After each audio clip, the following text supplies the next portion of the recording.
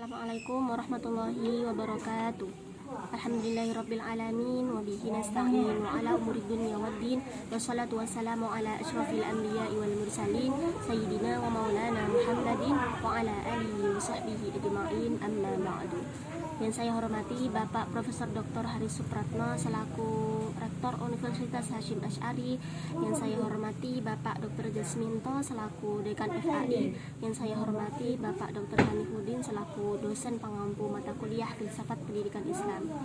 Pertama-tama marilah kita panjatkan puji syukur kehadirat Allah Subhanahu wa taala yang telah memberikan rahmat, hikmat serta hidayahnya sehingga kita semua ini dapat menyelesaikan tugas mata kuliah Filsafat Pendidikan Islam ini.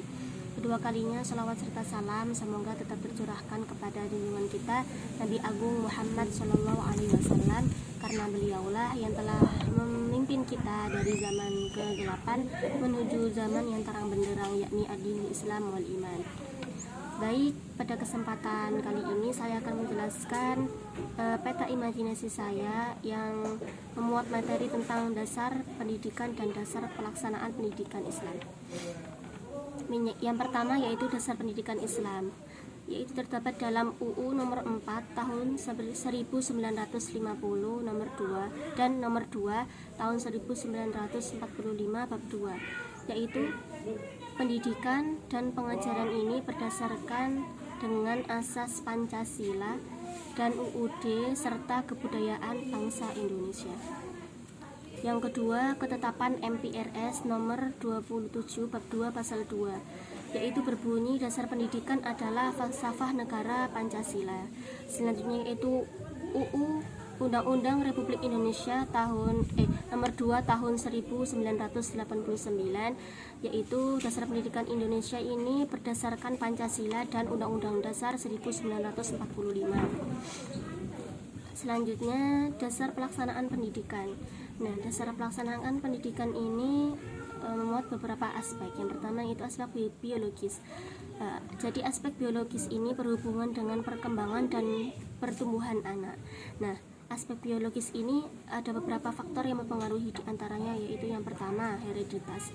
Hereditas ini diwarisi oleh orang tua, bisa berupa bakat, prestasi atau intelektual. Jadi intelektual, prestasi seorang anak itu bisa diwarisi dari orang tua. Yang kedua yaitu alam sosial, yaitu lingkungan yang mempengaruhi individu. Aspek yang kedua yaitu aspek sosiologis, yaitu peranan sosial guru, sifat kepribadian guru terhadap tingkah laku siswa. Dan yang ketiga aspek psikologis, yaitu sebuah aspek yang berkaitan dengan kecerdasan berpikir dalam belajar seorang siswa. Dan aspek yang terakhir yaitu Undang-Undang Sistem Pendidikan Nasional. Selanjutnya yaitu contoh pelaksanaan pendidikan dan pendidikan Islam di Indonesia. Pendidikan Islam di Indonesia, contohnya yang pertama yaitu pesantren. Sekarang sudah banyak berdiri pesantren-pesantren di Indonesia. Ini merupakan sebuah contoh pelaksanaan pendidikan Islam di Indonesia. Nah, perbedaan pendidikan dengan pendidikan Islam yaitu pendidikan yaitu sebuah usaha sadar dari seorang pendidik kepada peserta didik untuk mencapai tujuan dengan menggunakan metode yang didukung oleh lingkungan dan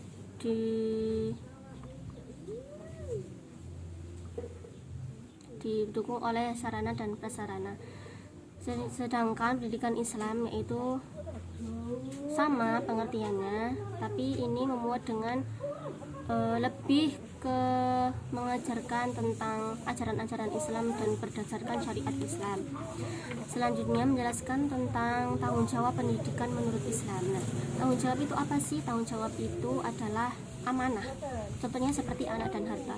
Jadi anak dan harta, orang tua itu mempunyai anak. Nah, anak ini adalah amanah yang diberikan oleh Allah kepada orang tuanya, agar orang tuanya itu bertanggung jawab untuk memelihara anak tersebut dan mengembangkan anak tersebut dengan sebaik-baiknya.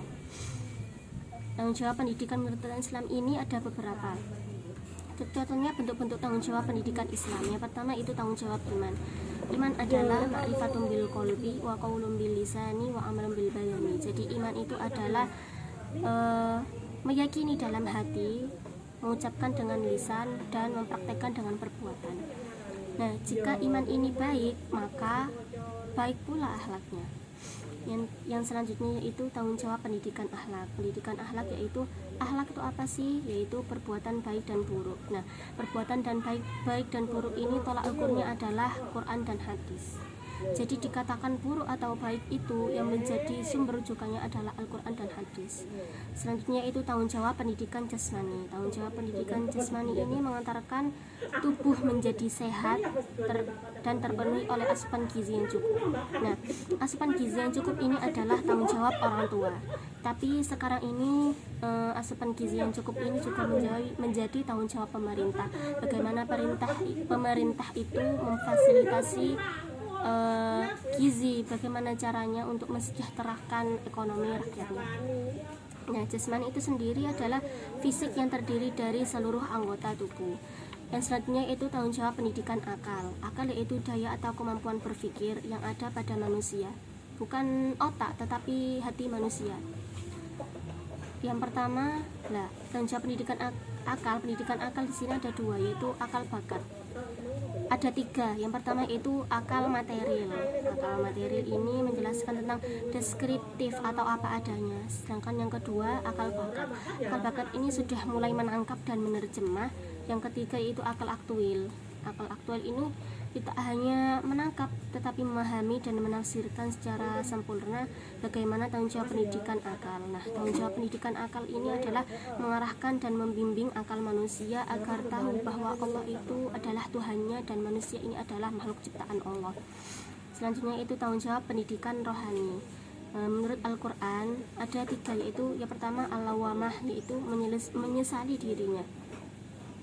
Yang kedua itu al-mutmainnah atau tenang. Yang ketiga itu al-amarah. Al-amarah ini cenderung pada keburukan.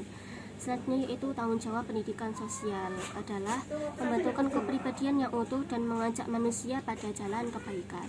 Sekian yang dapat saya sampaikan, kurang lebihnya mohon maaf. Wassalamualaikum warahmatullahi wabarakatuh.